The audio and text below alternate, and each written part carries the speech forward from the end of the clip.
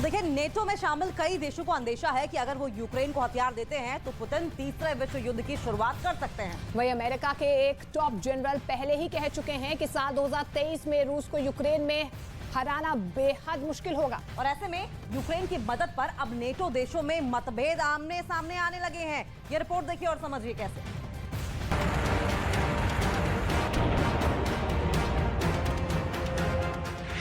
Putin का खौफ, NATO में फूट। नाटो में शामिल जर्मनी अपना लेपर्ड 2 टैंक यूक्रेन को नहीं देना चाहता है। कुछ सीक्रेट खबरों से पता चला है कि जर्मन चांसलर ओलाफ शोल्ज को डर है कि अगर जर्मनी ने यूक्रेन को लेपर्ड 2 टैंक दिए तो पुतिन तीसरे विश्व युद्ध की शुरुआत कर सकते हैं। वहीं नाटो में शामिल पोलैंड का साफ कहना है कि अगर नाटो यूक्रेन के साथ जंग में कूदता है तो थर्ड वर्ल्ड वॉर जरूर होगी। वहीं अमेरिका के टॉप जनरल मार्क मिली ने तो बिल्कुल साफ कह दिया कि साल 2023 में रूस को यूक्रेन में हराना बेहद मुश्किल है। वहीं नाटो के देश दबी जुबान से अब कहने लगे हैं कि रूस को हराने के चक्कर में नाटो के हथियार खत्म होते जा रहे हैं, जबकि कुछ नाटो देशों का कहना है कि यूक्रेन को रूस से बचाने में बहुत ज्यादा पैसा खर्च हो रहा है, जो नाटो को कंगाल बना सकता है। ऐसे हालात में अंदाजा लगाया जा सकता है कि रूस नाटो की फूट का फायदा उठाकर यूक्रेन का क्या हाल करेगा।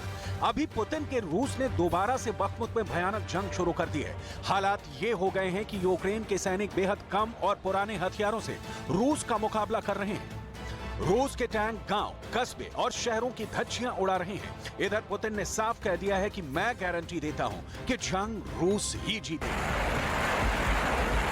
Это мужество и героизм наших бойцов в рамках специальной военной операции и на линии фронта. И, конечно, работа оборонно-промышленного комплекса, таких предприятий, как ваше, и таких людей, как вы.